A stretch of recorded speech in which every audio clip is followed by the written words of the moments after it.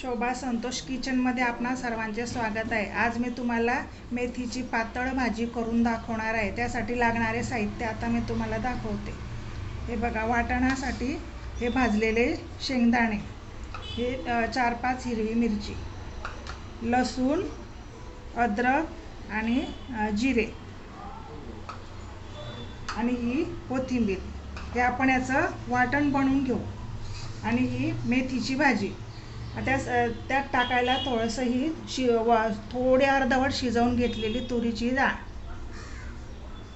हळद, धनेपूड आणि फोडणीसाठी मोहरी, मीठ आणि तेल। आता मी हे वाटण बनवून घेते।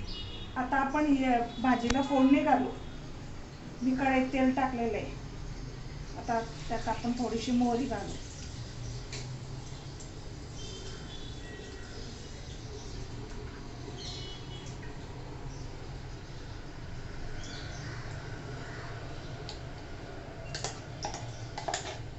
मोहरी चांगली तडतडली की मग आपण त्यात वाटलेलं शेंगदाणे, मिरची, हे आपण वाटलेलं वाटण टाकूया त्यात।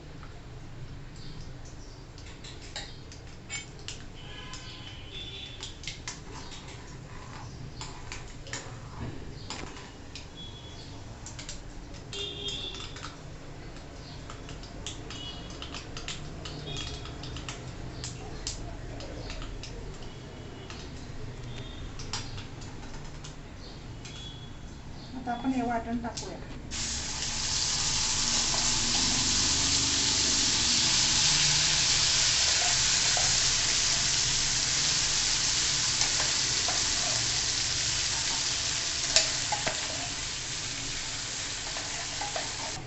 आता आपण चांगलं हे परतून घेऊ।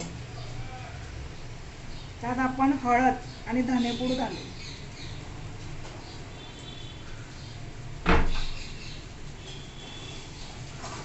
चांगलं तेल सुटेपर्यंत परतून घेऊ।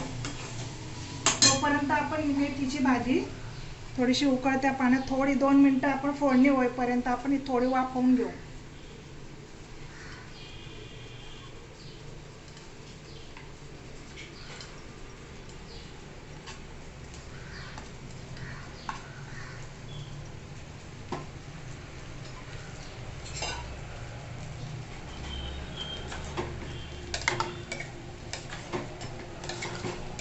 तर झाकण नाही ठेवायचं, अशीच वाफवून घ्यायची 2 मिनिटं।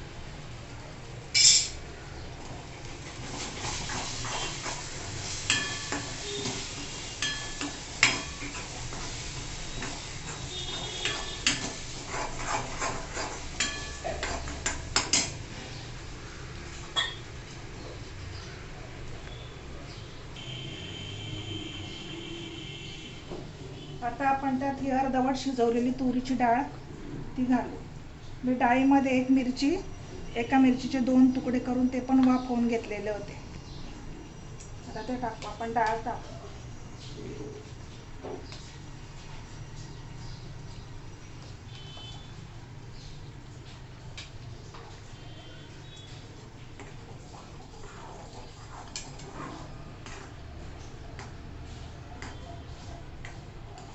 चांगलं तेल सुटेपर्यंत हा मसाला चांगला परतवून घ्यायचा वाटण। आणि आता आपण त्यात ही थोडी 2 मिनिटं वाफवून घेतलेली ही मेथी आहे ना, ही आपण मेथी टाकू।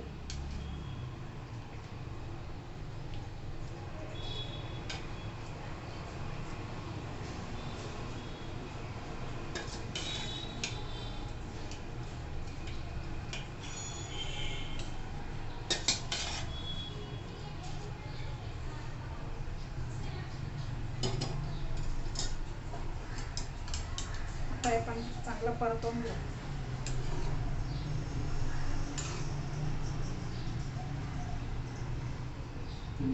थोडी वाफवून घेतल्यामुळे भाजीचा कलर छान हिरवाच राहिला बघा।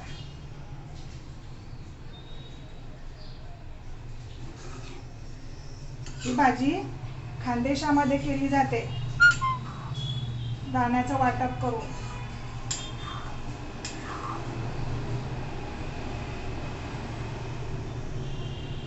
आता आपण त्यात हे थोडंसं आपण मेथी टाकली होती ना, हे पाणी आपण त्यात टाकू, उकळलेलं पाणी।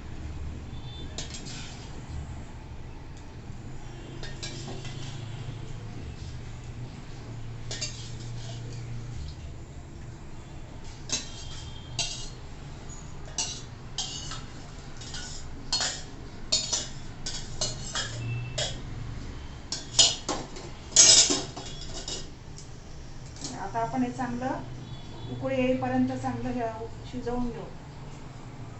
आता ती भाजी उकळलेली त्याच्यामुळे जास्त वेळ लागत नाही. 10 मिनिटात भाजी तयार होते. आता चांगली उकळून घेऊ आपण ही भाजी.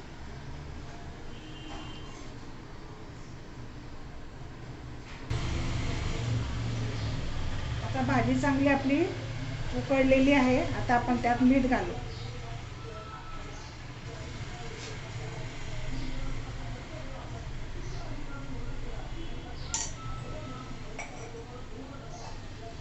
चांगलं मिक्स करून घेऊ. या भाजीबरोबर आपण भाकरी पोळी चुरून खाऊ शकतो. छोटे मुलं म्हातारी माणसं या भाजीबरोबर भाकरी पोळी चुरून खाऊ शकतात आणि चवीला खूप छान लागते. करून बघा. हे बघा आता भाजीला छान मंद गॅसवर आपण उकळत ठेवली ना, भाजीला छान तरंग येतं तेलाचं. आता मी तुम्हाला सर्व करून दाखवते. हे बघा आता आपली छान ही भाजी झालेली आहे आणि आजूबाजूला बघा छान असा तवंग पण येतोय तेलाचा. ही भाजी आपण भाकरी बरोबर पोळी बरोबर छान चुरून खाऊ शकतो. माझी रेसिपी तुम्हाला आवडली असेल तर लाईक करा, शेअर करा, सबस्क्राईब करा. थँक्यू.